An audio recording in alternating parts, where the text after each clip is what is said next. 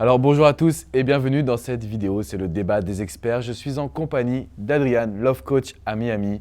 Et nous allons avoir aujourd'hui ensemble un débat sur ce qu'est la reconquête marathon. Je sais que c'est quelque chose d'important pour toi, Adrian. Effectivement, donc c'est toujours un plaisir de pouvoir participer à ce débat, échanger les idées, confronter un petit peu nos philosophies. Tu sais que justement ce sujet de la reconquête marathon est quelque chose qui me tient à cœur et un projet sur lequel on bosse ensemble depuis de longs mois maintenant.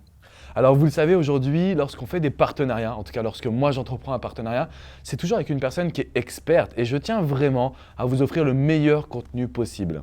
Ce qu'on s'est aperçu avec Adrian, c'est qu'il y avait quand même des situations similaires entre ce qui se passe aux États-Unis, ce qui se passe en France.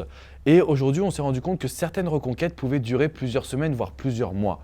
Comment faire, Adrian, dans ces conditions pour garder la motivation et savoir qu'on l'on avance? Je pense que ce n'est pas principalement vers la reconquête, mais c'est aussi vers un développement de soi-même. Exactement. Donc c'est la clé en fait du processus de reconquête marathon.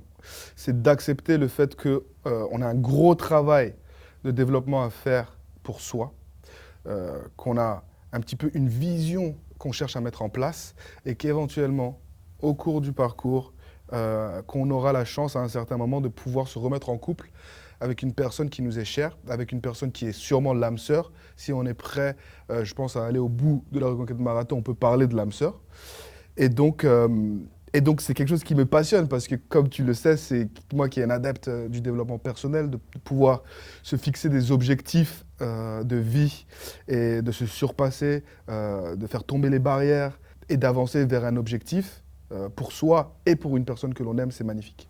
Alors, c'est super ce que tu viens de dire, Adrien. Moi, j'avais une question et je pense que c'est important pour toi d'y répondre, mais aussi pour les personnes qui sont derrière leur ordinateur. Qu'est-ce que le développement personnel en réalité? Parce qu'on utilise ce terme tous les deux. Moi, je pourrais donner ma vision par la suite, mais j'aimerais bien avoir ta vision à toi. Et c'est trop généraliste, moi, je trouve, comme confiance en soi, sortir de la zone de confort. J'aimerais qu'on rentre dans le détail, justement, dans ces vidéos où on est tous les deux ensemble. Pour toi, le dev perso, qu'est-ce que c'est? C'est en fait ça revient sur la notion du bien-être, bien sûr, d'accord? De pouvoir se retrouver, d'être à l'aise avec qui l'on est, d'être bien dans sa peau, tout simplement. Et donc, en général, suite à une rupture, il y a un malaise, il y a un sentiment d'absence, de manque, de perte, de dépression. Et très souvent, la plupart des gens avec qui je travaille, que ce soit aux États-Unis, en France, à Hong Kong, etc., ont tendance en fait à voir ce manque, cette dépression liée à des personnes qui sont externes à eux, à des conditions externes. Et donc, pour moi, le développement personnel, c'est la réalisation en fait que les clés et les réponses sont en nous. Et ensuite, se fixer des objectifs pour justement faire tomber ces barrières internes pour pouvoir être plus à l'aise extérieur, mieux profiter du monde extérieur. Donc voilà un petit peu ma vision du développement personnel. Et bien sûr, c'est un petit peu une notion qui porte ses fruits, qui apporte dans tous les domaines de la vie. Aujourd'hui, certes, notre expertise, les gens font appel à nous pour notre expertise en reconquête amoureuse parce qu'ils ont un désir de reconnecter avec l'âme sœur. Mais une fois qu'on a compris ces outils, ces mécanismes et qu'on arrive à affronter nos peurs, dépasser un petit peu certaines barrières, on peut utiliser ces outils dans notre carrière professionnelle, dans la façon dont on éduque nos enfants, dans l'accomplissement d'un projet de vie, etc., etc.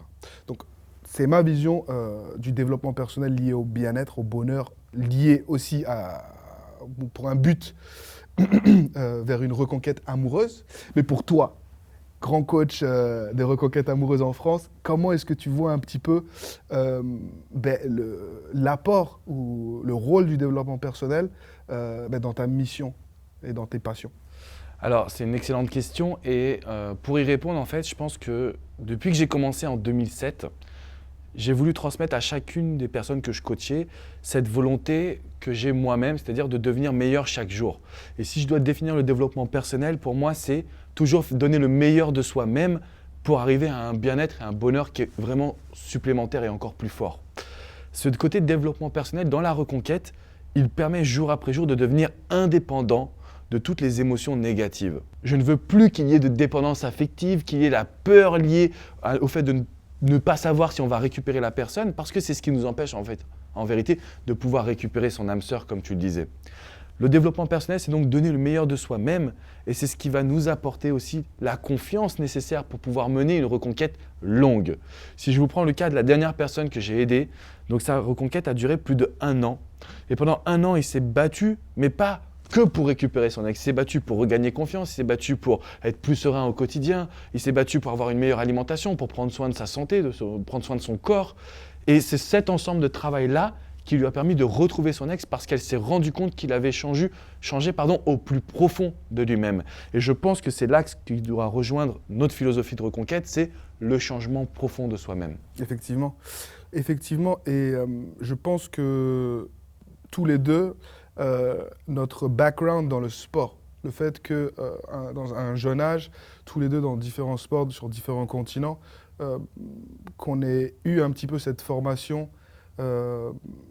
nous permet d'une certaine façon d'avoir une vision similaire et de comprendre le travail que l'on demande aux gens de mettre en œuvre. Est-ce que tu peux parler un petit peu de ça? Alors oui, effectivement, et c'est vrai qu'on n'en parle pas souvent de notre vie personnelle, mais bon, avant de devenir un love coach accompli, moi j'ai été dans le milieu du sport, donc le basket pour moi, le soccer pour toi. Le basket pour moi, ça a été un formidable apprentissage parce que c'est là où on repousse ses limites, où on comprend ce qu'est une zone de confort, on comprend ce qu'est les limites physiques, émotionnelles et aussi tout ce qui est pression.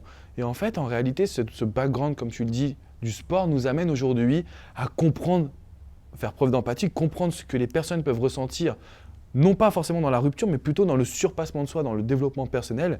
Et c'est un outil qui nous permet aussi de cibler, grâce à toutes les personnes que j'ai pu rencontrer. Moi, j'ai eu des préparateurs mentaux, j'ai eu coach, j'ai eu à tous les niveaux des personnes qui m'ont aidé à me surpasser. Et je transmets cette compréhension aux personnes que je coach justement pour les aider à se surpasser. Je pense qu'un autre point fort sur lequel, qui me permet aussi de mieux accomplir mon rôle de coach, qui est donc mes objectifs et mes passions sont de vous aider à accomplir les vôtres, vient aussi du fait que au plus jeune âge, j'ai été confronté au haut niveau dans le sport collectif. Et donc c'est un petit peu cette notion de s'entraider, d'aider son camarade, son partenaire à pouvoir aller vers un but commun. Et aujourd'hui, nous avons un but commun avec les gens que l'on coach. Comme je viens de le dire, notre objectif, c'est de vous aider à atteindre les vôtres. Si je peux rajouter quelque chose à ce que tu viens de dire, Adrian, souvent les personnes sont choquées parce qu'elles me disent au téléphone « Ah, j'aime bien le nous », parce que je parle de notre reconquête. Et ça, je sais que c'est un soutien pour vous de savoir qu'il y a des coachs qui vont vous accompagner, qui vont répondre à vos questions. Et comme tu le dis si bien, on le retrouve dans le sport collectif en réalité. Et c'est important de savoir que vous allez avoir quelqu'un qui va être là pour vous aiguiller. Tel que nous, dans notre jeunesse, dans notre enfance, on a eu besoin d'un coach pour nous faire évoluer et faire passer des caps jusqu'à arriver au niveau international, puisque nous avons été tous les deux. Donc, pour rebondir un peu sur ce que tu dis, les Américains sont souvent très surpris par mon implication dans mon métier, la passion que je mets à comprendre un petit peu leurs problématiques, ma capacité d'écoute à vraiment m'investir pour leur apporter les clés. Et je pense que ça rejoint tout à fait ce que tu dis quand tu parles du « nous », que ce soit à Hong Kong, en Irlande, à Londres, à LA, New York, quand je coach certaines personnes, c'est ce « nous » là qui fait toute la différence et qui très souvent aide les gens à aller au bout d'une reconquête, même les reconquêtes les plus compliquées comme les reconquêtes marathon. Donc, alors, on va revenir sur ce terme de reconquête marathon. Une reconquête marathon, quelles sont on va dire 3 grandes principales qualités pour une personne. Moi, je me suis aperçu, je vais prendre la parole, après tu pourras rebondir, je pense, dessus, que pour les personnes que je coachais, qui voulaient avoir une reconquête longue, il y avait 3 principales qualités que je leur demandais. La première qualité, c'est d'apprendre à parler d'eux. Parce que quand on est dans la reconquête, on est fixé sur l'autre, sur son ex que l'on aime, et on a du mal à exprimer soi-même. Donc on a envie de lui dire « t'as vu comment j'ai changé ?» mais ce n'est pas la bonne méthode. La bonne méthode, c'est plutôt de dire « depuis que je fais du yoga, mais comment je suis serein, ça me va beaucoup mieux. Donc, apprendre à parler de soi, c'est la première chose. Deuxièmement, on va leur demander aussi de surpasser leur zone de confort. Ça veut dire d'apporter des nouvelles actions, des choses qu'ils ou elles n'auraient jamais faites. Et troisièmement, moi, ce que je leur demande aussi, c'est d'avoir l'art de la répartie. C'est la troisième qualité que je leur demande parce que pour récupérer votre ex dans une reconquête longue, il faut savoir lui mettre des barrières. Si vous, lui ou la, laissez faire tout ce qui lui semble bon, vous allez forcément vous faire marcher dessus. Et pour moi, ce n'est pas une bonne dynamique. Est-ce que tu partages ces idées-là et quels sont les compléments que tu pourrais apporter? Absolument, je partage ces idées et comme tu le sais, nos philosophies se rejoignent sur beaucoup de points. Quand je parle de reconquête marathon, pour moi, je parle de plan d'action, de game plan, de micros-objectifs et de stratégie de communication. Donc stratégie de communication rejoint un petit peu la façon dont tu positionnes en fait le fait que les gens doivent réapprendre à parler d'eux, d'accord? Mais aussi, je pense, ma stratégie de communication implique aussi la réalité, la nécessité de retrouver ou de mettre en place certaines plateformes de communication qui vont ensuite permettre certaines personnes dans des reconquêtes très compliquées, suite à des divorces, suite à des relations là où il y a eu beaucoup d'erreurs ont été effectuées, à pouvoir finalement avoir l'opportunité de montrer ce changement, de montrer une différente approche à la communication. Un plan d'action parce que un game plan est nécessaire quand on a des objectifs sur le long terme. C'est comme quand on a des objectifs vis-à-vis de sa carrière, par rapport à l'éducation de nos enfants. Si on n'a pas une vision au long terme de là où on veut aller, c'est très difficile ensuite, au jour le jour, de se lever le matin et d'avoir une cohérence dans toutes nos activités. Et bien sûr, des micros-objectifs pour pouvoir justement, au quotidien, garder le cap. Nos visions se rejoignent, comme tu le sais, puisqu'on a bossé ensemble dans tous les cas, sur un petit peu ce concept de reconquête marathon. Mais pour moi, aujourd'hui, les personnes qui acceptent le fait qu'ils sont dans des reconquêtes compliquées, qui se font sur des mois, voire des années et pas des semaines, qui acceptent le fait qu'ils ont perdu l'âme sœur et qui sont prêts à faire le travail nécessaire pour revenir en couple avec cette personne qu'ils ont perdue, que ces personnes-là sachent que vous pourrez toujours compter sur nous, que c'est notre passion de pouvoir vous accompagner à aller au bout de vos objectifs, vraiment, et qu'une reconquête marathon ne se fait pas seule. Très souvent, je parle à mes coachés d'un petit peu de cet esprit de marathonien. Donc, dans la préparation, des fois, il y a des moments là où on est seul, mais il y a des moments là où on court avec d'autres. Et le jour de la course aussi, on ne court pas tout seul. Et sachez qu'il y a des milliers de personnes que l'on suit, qui courent aussi cette reconquête marathon avec vous.